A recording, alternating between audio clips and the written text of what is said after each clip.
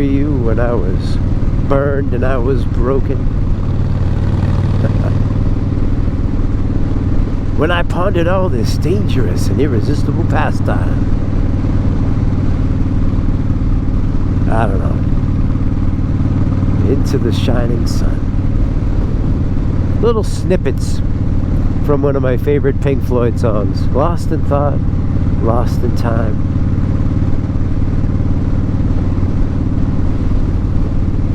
The days roll by. Out your window watching. What happens to a dream deferred? Yeah? Want to get a little Langston Hughes on you here? What happens to a dream deferred? You know, I don't remember that whole poem in order, but you know.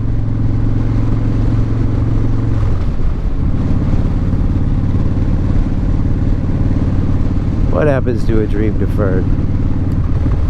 Does it dry up like a raisin in the sun? Does it fester like a sore and then run? Does it, what is it? Does it crust over like a syrupy sweet or stink like rotten meat? Does it sag like a heavy load? Does it explode? I had to memorize that at some point. I read it enough. I'm a big time Langston Hughes fan. I love the Harlem Renaissance. That was the first genre of poetry that absolutely grabbed me, and 47 is still got a hold of me now.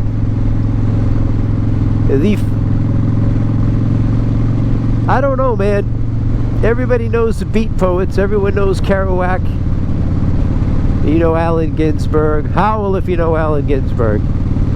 Yeah, a good portion of folks know Gary Snyder and all those guys. Gregory Corso. Amory Baraka. Used to be Leroy Jones. Well, I'm talking about the Harlem Renaissance. You know, I'm talking about Langston. I'm talking about all those poets. Those are the poets that Walt Whitman, I think, was prophesying about. I see America. You know, I see America. And Langston Hughes, in his Harlem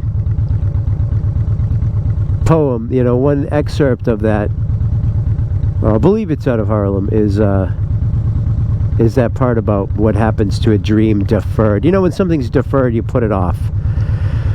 And, you know, some of you have deferred loan payments or whatever, for example. So, you know, and some people, you know, defer things. And what they're really doing is hoping that they can defer it indefinitely until they can wiggle out of it. You know, but so a dream sometimes being deferred is not of one's own choice. Something gets deferred. So a dream deferred is a dream that you have, and somehow it gets waylaid. You know, it gets interrupted. It gets foiled. You know what I'm saying? The dream dies sometimes, or you're waiting to get around to it. You never do.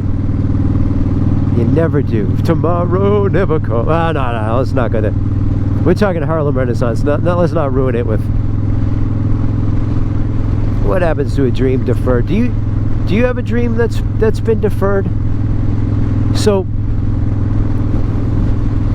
coming out of a teaching stint, let's say a teaching half career, like a half marathon.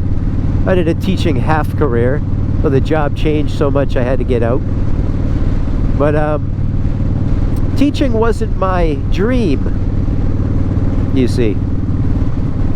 I took the job essentially on a dare, and then I ended up really loving certain aspects of it, but it wasn't my dream job. And I have tried to think back now that I'm looking for my dream job. You know, I'm in the food industry because I took a temporary job and it became temporarily permanent when COVID hit. So I'm still there. I mean, COVID's still here too, sure. But a lot of people are going back to what they did, and there are a lot of jobs available, but none of them do it for me. You know what I'm saying? Like, none of them are worth leaving a job, working with people I really love working with, that has the flexibility and the peace of mind. So one of my worries is jumping into a better paying job and then being trapped. So I don't want to put on chains that I can't escape. So what I've been really trying to do is to ascertain, to glean, like Rosencrantz and Guildenstern. I like to glean what afflicts me. I want to glean what my dream is. So somebody said, what do you do, what you think about, what occupies your mind and every waking moment when you're 10? Well, that's something that you ought to do. I don't know if that's true or not, but in some loose way, I feel that by the time you're 10, enough of you is developed that you at least have some sort of an idea of what floats your boat, what makes you feel at ease, what makes you feel a little comfortable, even if it's something different. So my dad, when he was 11, knew he wanted to be an English teacher, and then he went on and he was an English teacher for 31 years. And did some Air Force as well. But 31 years as an English teacher. My college folks, what's up, dude? They knew what they wanted to do. They went ahead and did something more or less. My college roommate, I forget what he studied at first, but he wound up being a preacher and realized that's what he really wanted to do. But me, I don't know. But I do have some deferred dreams. I remember one time starting a fake radio show on my boombox. I found I could record my voice. So I was just a little kid, and I heard a word when I was a little kid in school. People used it all the time. So in my little radio show, I figured, oh, on the radio you hear the weather, so I think I'll do a little weather report. You know, how's the weather out there, Matt? And I used a word that I had heard to describe the weather, and a family member came into the room and said, what did you just say? And I was really embarrassed because, well, I didn't know it was a bad word, and I wouldn't have said it because I had a conscience like that. But I said it, I got in trouble for it, and that was the beginning and end of my radio career. It would be really funny, you know, if there were parallel universi, where you could just hop lane to lane and see. Had I continued babbling away into a tape machine, would I have gone on to, you know, go to DJ school, or how do you get a job? George Knight, how do you get your job? How do you get a job? Is it DJ school, DJ Academy, DJU? I know there's George Knight College of Musical Knowledge. I know that for sure. But how'd you get your job? You know, I don't know.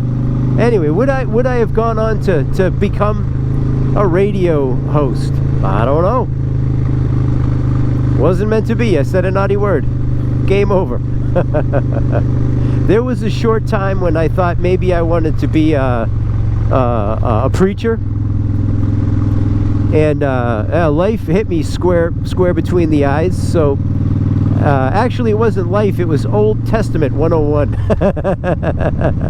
Here's what happened. I like people. I like talking, and you know, even though it terrified me, I didn't mind getting up and you know, blabbing away in front of people.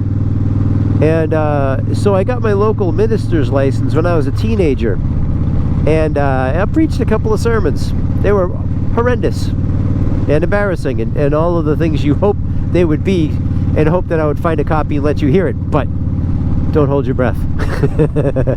So I did that for a short time, and I went to college, and I was like thinking, I'll study the ministry. We'll see what happens. And I sat And I think it was probably, what, did I make it 10 minutes?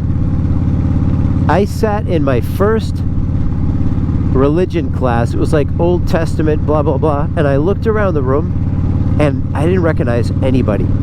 I didn't see myself in anybody. I said, and I got a clear feeling. Hey, you might say a feeling from God. This is not what I'm supposed to do. Nice try. But it's not this. It's not this. You're not a preacher. And I switched over to English, be an English major, because I could read and write. And I sat in like a literature class for I mean, the teacher didn't even open her mouth, and I knew, like, oh, I belong here. This is cool. And so being an English major was very rewarding and a lot of fun for me. I very much enjoyed it, and I had a great time being creative. My creative writing classes, poetry class, British literature, Chaucer.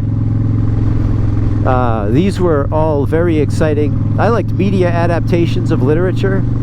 I mean, the classes I took were thrilling. If I can get, nerdy for a minute. Oh, I got all these people around me, and they're talking about metaphor and color imagery and all this crazy stuff. And having been a Harlem Renaissance fan, then getting to study it again. Harlem Renaissance again. Oh, I was in paradise. But I don't think... So what happened as a teacher, people say, oh, you must love teaching English or whatever. And yeah, some of it was that. I liked the relationships. But I want to be the one that writes the poem that people are reading. You know what I'm saying? I want to write the song that breaks people's hearts. I don't want to teach it. I want to write it. And so let's see if there's a lot of traffic here. We're good. So when I look back to when I was 10, when I was 6, when I was 4, what did I really like doing? I was a daydreamer, man. I was a daydreamer. Daydreaming. And it's like the Massive Attack song. Floating on air, man. I was never happier than when I was laying on my back under the trees, looking up, listening to the crows, watching the pollen drift in the air, and just knowing that I was where I belonged. I had a place.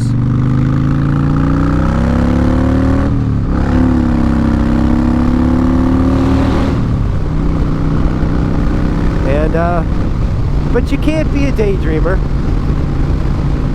You can't be a daydreamer. You gotta earn a living. So that's where I am now, in the food industry, where I can't, 3 little kids at home, blue collar job. I don't have a lot of time to stare off. I live in a town where there's a house in every direction. There's no place I can sneak to get serenity unless I get in my car and drive. And I don't know, man. If my state of mind or my experience, if you're hearing it and saying, oh, I know what you should do, or I got an idea, throw it out there for me. I'll be awful glad to hear it. And I don't know, you might not even be hearing me right now, because as I was accelerating on something that looked like it could be a cable, went shooting past my helmet. So I might have lost my microphone. I don't know. Anyhow, guys, I'm going to let you go. Thanks for listening. This has gone on way too long. Matt the Greeter, get out there. Study the Harlem Renaissance. Go look at true American literary legends. You want to see the real America.